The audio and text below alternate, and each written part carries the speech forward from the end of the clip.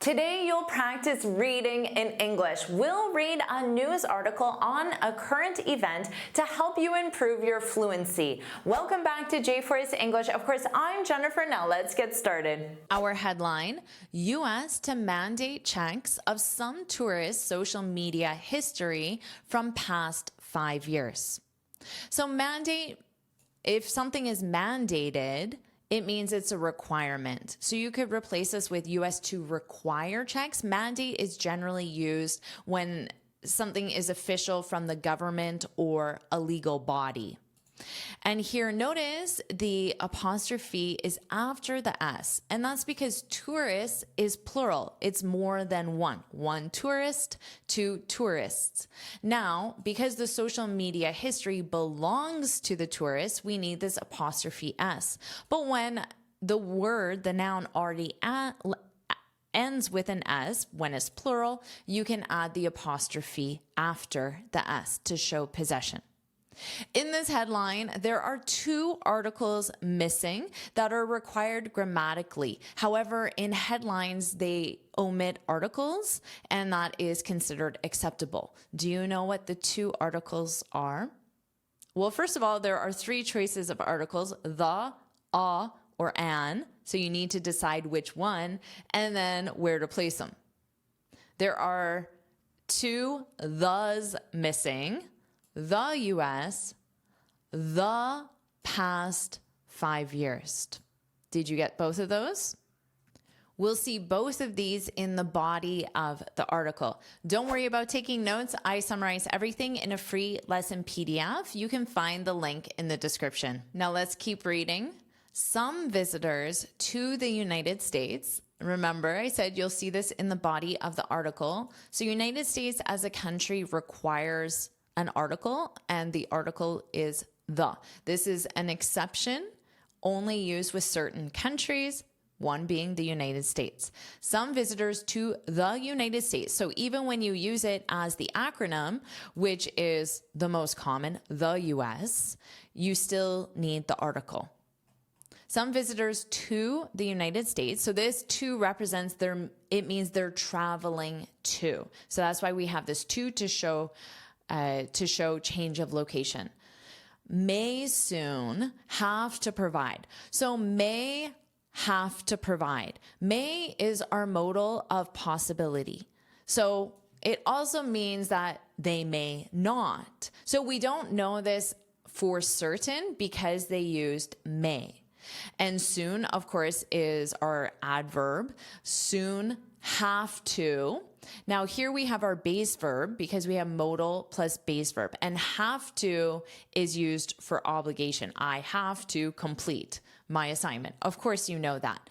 May soon have to provide their social media history from the prior 5 years. So here they use prior, but past is what was used in the headline, and both of them are common. Prior sounds a little more formal, is probably a little less commonly used than past, but you need the prior or the past and then number of years, months, days, minutes, whatever the time reference is. To enter the country. To enter that country. So this to enter is short for in order to enter. So this is our infinitive to show the purpose. In order to enter. In order to enter the country, you need to provide your social media history. So you would shorten that and just use to enter. So that's why sometimes you see that at the beginning of a sentence. To enter the country, you must show your passport in order to. Native speakers almost always drop the in order, so you'll see to enter, but this is not the infinitive. It's to show the purpose for something, the reason for something. And here we have our modal as well, and that's why you have the base verb. Let's keep reading. According to, don't forget you need this preposition to. According to a new Trump administration proposal. So here we have a proposal. So proposal is the noun, Is the article. So new Trump administration gives you more information. So they function as descriptive words, adjectives to describe what the proposal is. So when you have many descriptive words before your noun, you always have to go back and make sure you have the correct article with the noun. But remember, your choice of a or an depends on whatever comes next to it, because the only reason why is for pronunciation. It's easier to pronounce an when you have a vowel sound. So you would say an old, an old, an old, if old were the next word instead of new. So here, of course, we have a. Are you enjoying this lesson? If you are, then I want to tell you about the Finally Fluent Academy. This is my premium training program where we study native English speakers from TV, movies, YouTube, and the news so you can improve your listening skills of fast English, expand your vocabulary with natural expressions, and learn advanced grammar easily. Plus, you'll have me as your personal coach. You can look in the description for the link to learn more, or you can go to my website and click on Finally Fluent Academy. Now let's continue with our lesson. The proposal. Notice now we're using the article the. Do you know why? Well, because now it's a specific proposal. So here they were just talking about a proposal, but now they're referring to a specific one. So you change a, which means any proposal, it's unspecific, to the because you're talking about the specific one. Which specific one? Well, the one that was previously mentioned, the new Trump administration proposal. So that's why we have the proposal. It's a specific proposal posted on the Federal Register by U.S. Customs and Border Protection. So this is a government body, and this is the name of a government database, an online government database. And notice you need post on, you need your preposition on. So you would say, oh, my friend posted this image, this photo, this inspirational quote on Facebook, on Instagram, on X, whatever the platform is. The proposal suggests travelers. So notice how I just skipped all of this information because it's between commas. So this is additional information, but the sentence grammatically must flow when you remove this information. So if I read it, I can read it from the proposal suggests. And that's why there's an S on suggests, because proposal is third person singular. The proposal suggests travelers coming from countries. So if you use coming from, you're talking about their arrival point, where they are now, the country they are arriving from, not the country they are going to or their final destination. Travelers coming from countries that are part of, so to be part of something. Now here the something is a visa waiver program.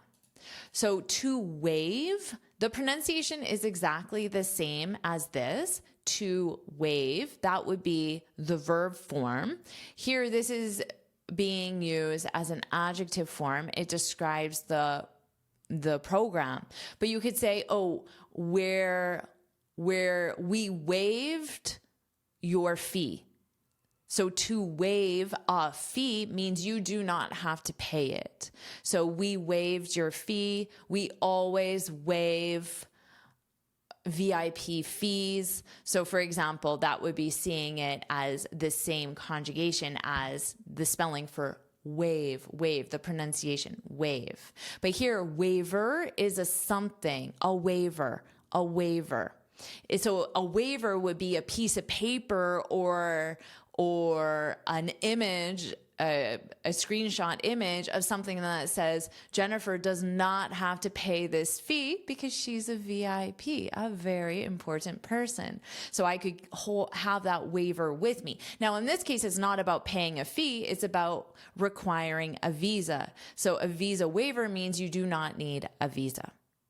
Let's keep reading. The proposal suggests travelers coming from countries that are part of a visa waiver program would need to give additional personal information as part of an electronic application. So again, here we have to be part of. So you could say, I'm part of this amazing YouTube community.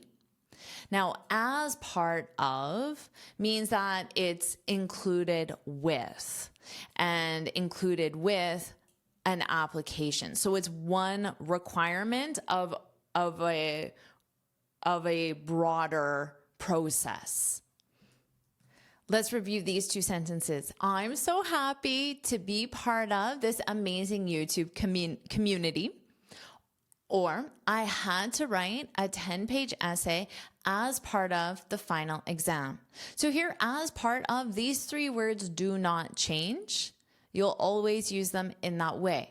But to be part of, you have to conjugate your verb to be depending on the subject and the time reference. So in this case, I'm using the infinitive. So it's just to be.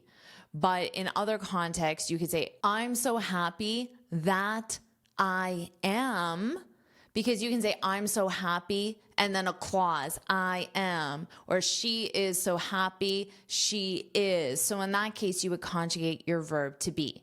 I'm so happy that I am part of this amazing YouTube community. Hopefully you agree with that. So if you do, put that's right, put that's right in the comments. Let's keep reading.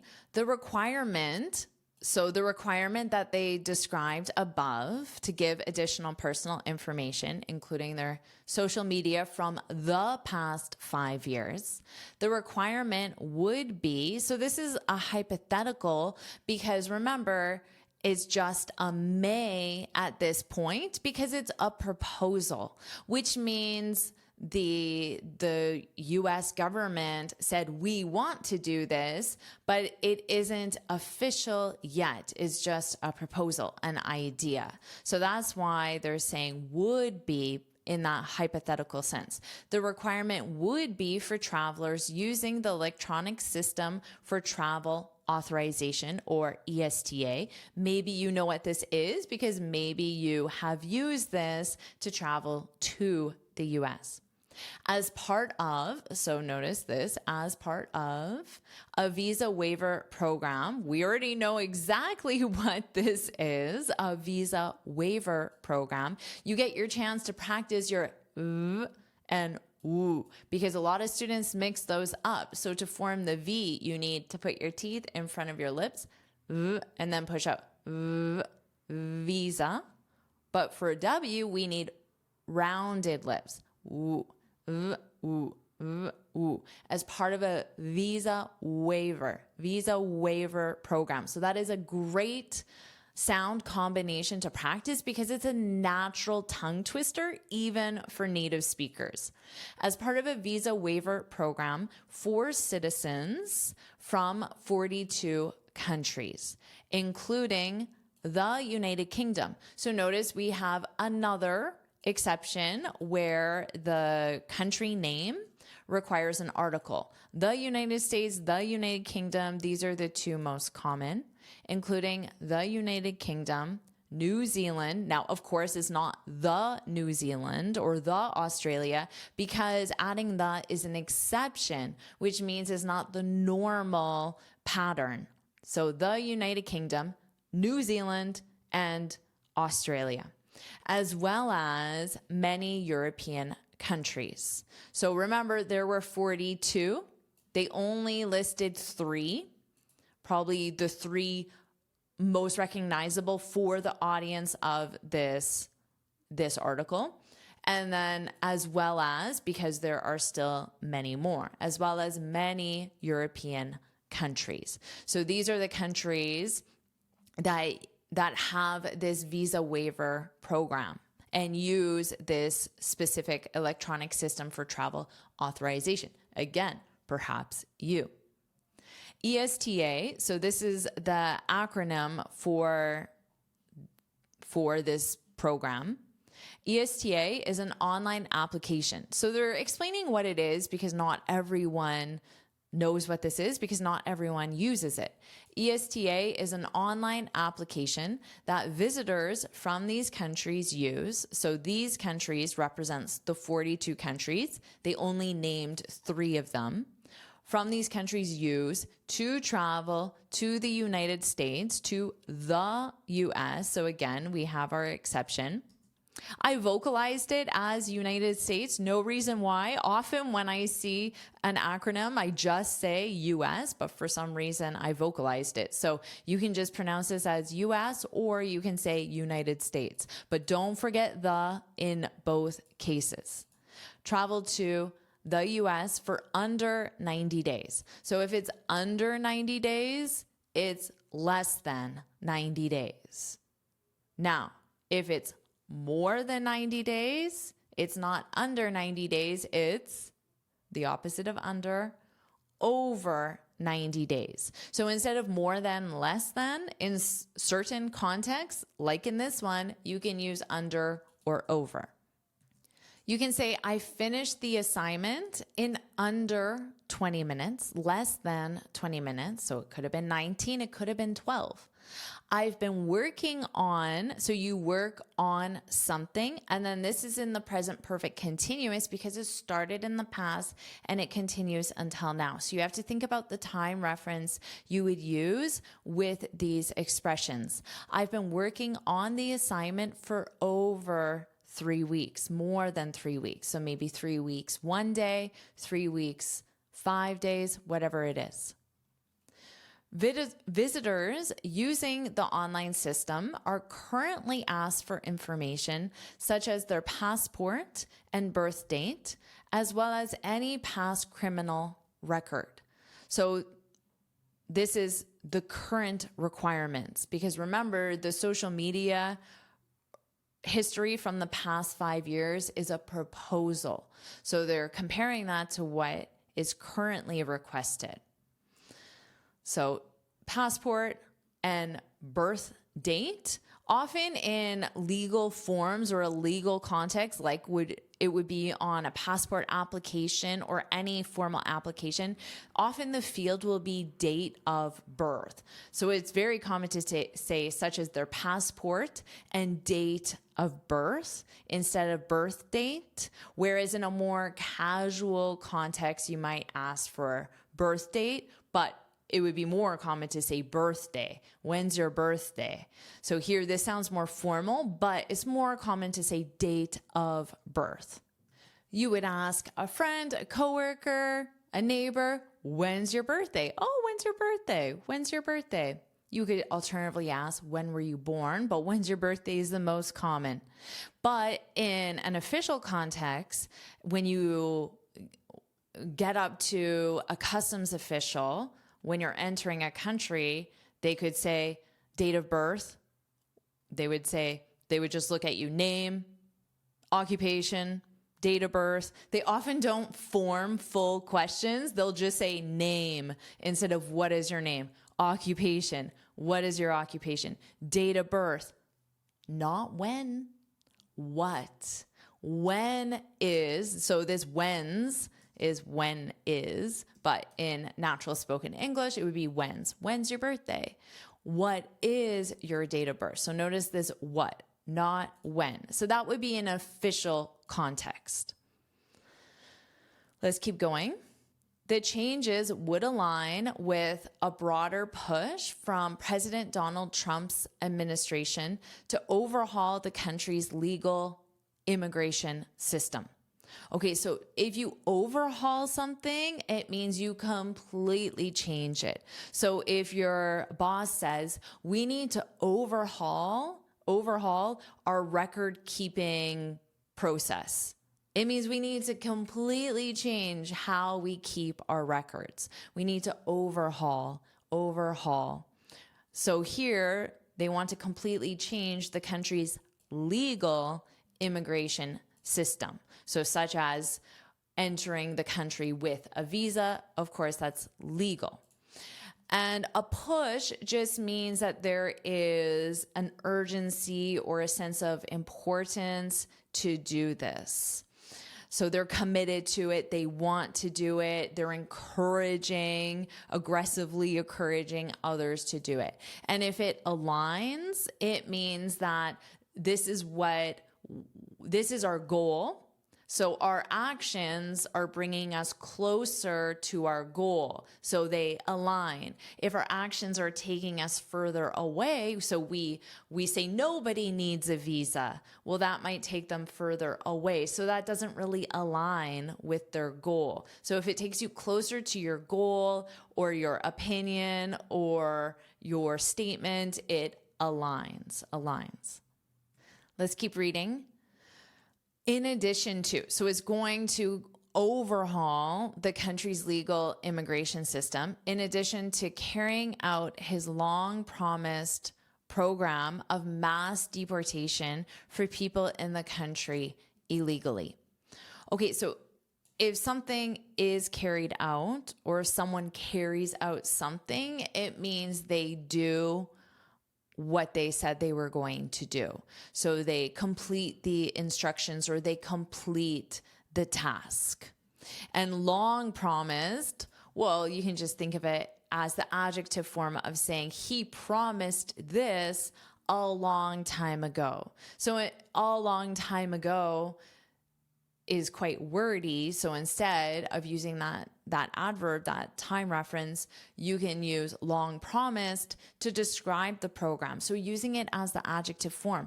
Oftentimes, native speakers will do that. We'll use descriptive language to describe a noun rather than have to give the information after the noun to saying carrying out his program that he promised the people a long time ago. You can just say his long promised program.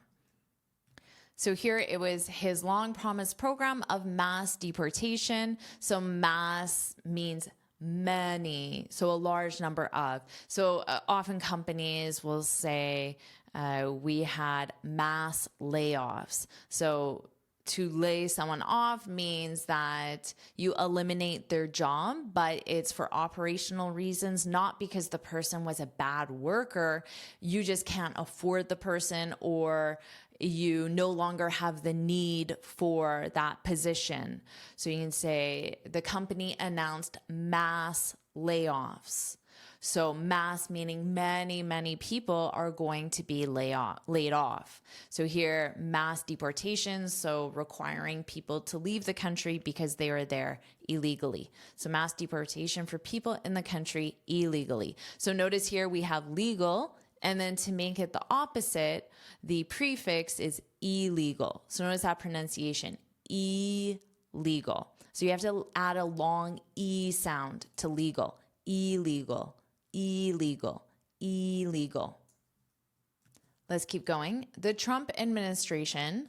So here we have the administration. So Trump describes it. The Trump administration over the past 11 months has made sweeping changes. So sweeping changes is like saying broad changes. So it applies to many different areas. So if you sweep the floor, you have one motion and it covers a lot of area on that floor. So you can think of it like that. It just goes from one side to the other, and one side to the other can include all the different departments or projects or processes. Made sweeping changes to nearly every facet. Sit. So this is pronounced just as sit, stand, sit. Facet of the immigration process. And every facet, an alternative would be every aspect, so every area. So you could have, I'm not sure of the different facets of immigration process, but I'll just use, let's say, different facets of a business. So you can have marketing, sales, administration, human resources, technology, software development. So those are the different facets of the business, the different aspects, the different areas. every facet of the immigration process, severely tightening every legal and illegal form of entry into the United States. So if they tighten a process, it means they make it more difficult, because you can imagine if there's, well, you can think of it as the doorway is very big and you can easily enter it. But if you tighten it, it becomes smaller and smaller. So it's more difficult to enter it. That's just the metaphor you can imagine to mean make it more difficult or complicated to enter. Let's keep reading. The administration, so the Trump administration, the administration has also placed heavy emphasis and scrutiny on the social media accounts of people in the U.S. on student visas. So if they place heavy emphasis, it means that they're targeting this group. So the group being people in the U.S. on student visas. For whatever reason, they're looking at this group more than other groups. And scrutiny means that they're going to examine their social media accounts more closely. And they're really going to pay attention. So you can think of it as examine closely. So here, and scrutiny, this is the noun form, emphasis and scrutiny. There's something. The verb form is scrutinize. Notice how I pronounce this with the glottal stop. Scrutiny. Scrutinize. That's just natural pronunciation in North America, and that's what I use. Scrutiny, scrutinize. So if you scrutinize something, so if you scrutinize this article, it means you're going to look at it very, very closely, but try to notice or try to see hidden things. So you're going to closely examine. And that's the end of the article. So now I'll read the article from start to finish and you can focus on my pronunciation. U.S. to mandate checks of some tourists' social media history from past 5 years.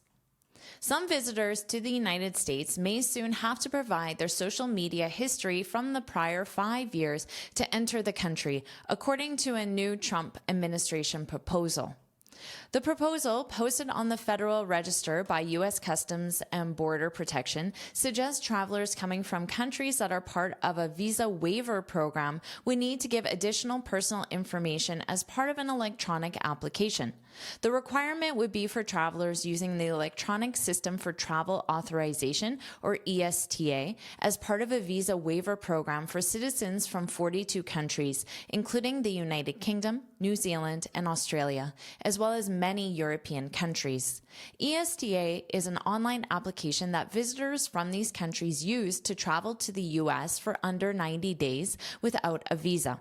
Visitors using the online system are currently asked for information such as their passport and birth date, as well as any past criminal record. The changes would align with a broader push from President Donald Trump's administration to overhaul the country's legal immigration system, in addition to carrying out his long-promised program of mass deportation for people in the country illegally. The Trump administration over the past 11 months has made sweeping changes to nearly every facet of the immigration process, severely tightening every legal and illegal form of entry into the United States. The administration also has placed heavy emphasis and scrutiny on the social media accounts of people in the U.S. on student visas. Amazing job with this lesson. Do you want to keep learning English with the news? If you do, put yes, yes, yes, yes, yes, yes, put yes, yes, yes in the comments below. And of course, make sure you like this lesson, share it with your friends, and subscribe so you're notified every time I post a new lesson. And you can get this free speaking guide where I share 6 tips on how to speak English fluently and confidently. You can click here to download it or look for the link in the description. And here's another lesson I know you'll love. Watch it now.